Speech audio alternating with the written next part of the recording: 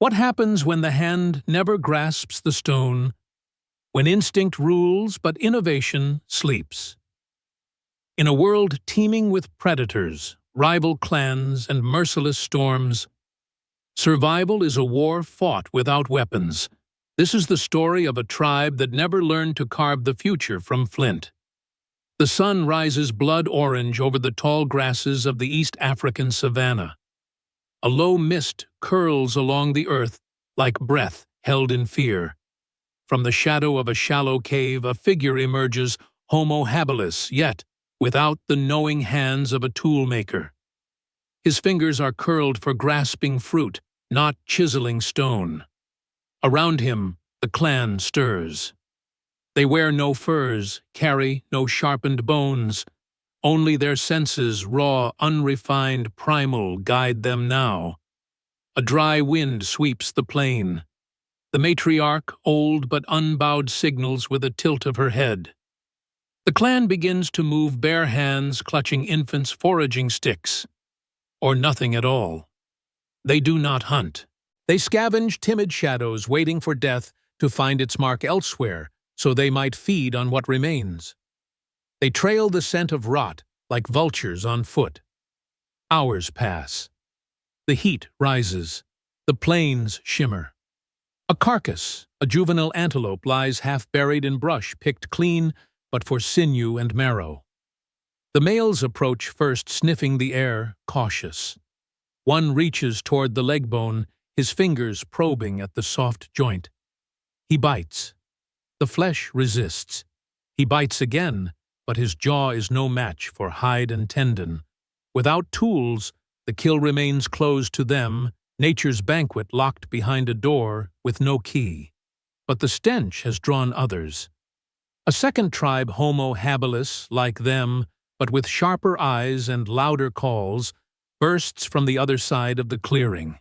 One of them holds a stone, not sharp, but heavy. He raises it overhead, smashes it into the rib cage of the carcass. A crack, another strike. Bone yields. Marrow spills. The watching tribe hesitates, torn between hunger and fear.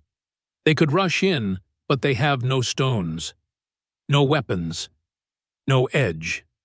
The rival tribe snarls. A gesture, a shove. The message is clear: leave or bleed. And so they do. Silent, empty-bellied, they turn back to the wind. But as they retreat, something stirs behind the trees. A rustle not human. The matriarch freezes. Her nostrils flare. Then she sees it, low and sleek, tawny and lethal. A lioness. Not stalking the kill. Stalking them. Her eyes narrow. She lifts a hand not to fight, but to shield. The game has changed. The lioness moves with the patience of death itself, tail low, muscles rippling under dappled shadow. The clan splinters instinct, shoving bodies into motion. Mothers clutch children to their chests. Males spread wide arms raised, trying to seem larger than they are. But without stones, without spears, they are meat wrapped in skin. The matriarch does not run. She steps sideways, slow and deliberate, placing herself between the lioness and the youngest child. Her gaze is fixed, her chest heaving, but she does not yield. The lioness hesitates. She senses something unusual, courage without weaponry. A flicker of confusion, then calculation. But hunger does not reason for long. She crouches, and then chaos explodes. From the trees, a troop of baboons erupts in fury, barking, screeching, throwing branches, rotten fruit, even their own dung. The lioness whips around, snorting eyes, darting between the rising madness and the fractured clan.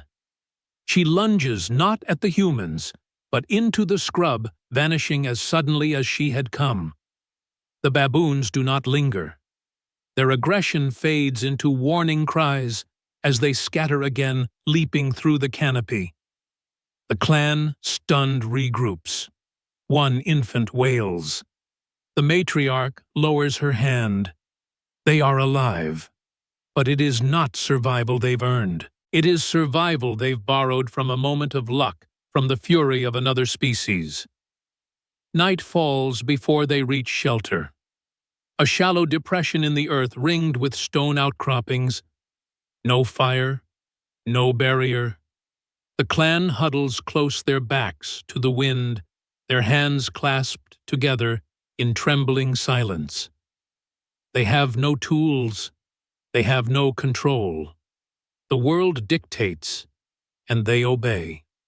The next morning, hunger drives them toward the river. The water is slow and brown, thick with silt. Hippos grunt in the distance. Crocodiles drift like logs, patient and unseen. The clan kneels near the shallows, cupping water with leaves and drinking quickly. Then a rustle on the far bank, a rustle that does not belong to prey. It's another tribe, but this one is unlike the last. They carry stones, shaped stones. One male holds a pointed flake of obsidian, sharp as a predator's tooth. He scrapes the skin from a root, revealing the white flesh beneath. Another pounds a nut against a rock, cracking it open with precision. The tribe watches from across the river, their mouths slack with awe and fear. A child from the watching tribe mimics the motion, picks up a round stone, taps it against a seed pod. Nothing. He taps again and again. The stone slips. It smashes his fingers. He cries out and drops it. A woman, his mother, pulls him back. The matriarch turns away. This is not their way. They move on. But the seed has been planted. Days pass. Hunger deepens. The savanna offers less and less dry pods. Bitter roots bones already picked clean by the wind and the flies. The clan grows thinner, quieter. Even the children no longer play in the dirt. Their energy is spent on walking and watching, not laughter. Then the sky changes. A wall of darkness creeps across the horizon, black, low, and boiling. The air becomes still. The insects vanish. Even the birds fall silent. The matriarch lifts her chin and sniffs the air. Her eyes widen. A storm is coming, but not rain ash. A volcanic cloud is rolling over the land, swallowing sunlight, chasing life. The winds scream. Dust rips through the trees like claws. Visibility drops to meters. The clan runs, but without destination. The youngest fall. The old stumble. There is no shelter. Only motion.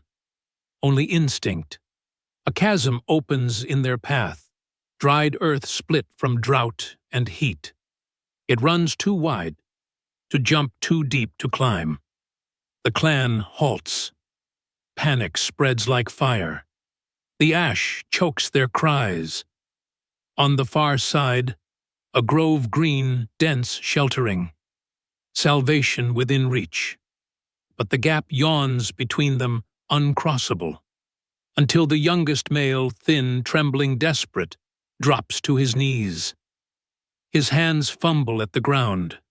He finds a stone rounded, useless. He looks around. Then he finds another flatter, heavier. He stacks them. He repeats the action. Another. And another. His trembling hands, guided not by memory but by hunger, begin to build. A crude bridge. A platform of rocks wedged into the earth. The matriarch watches.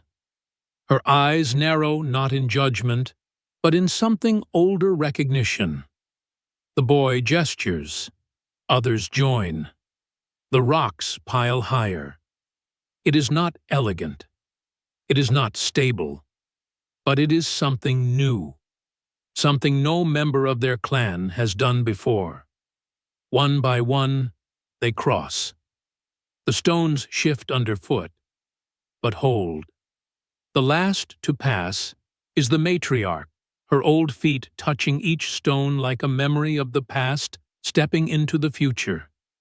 On the other side, they collapse beneath the trees, coughing, weeping, breathing. The ash keeps falling, but they are safe.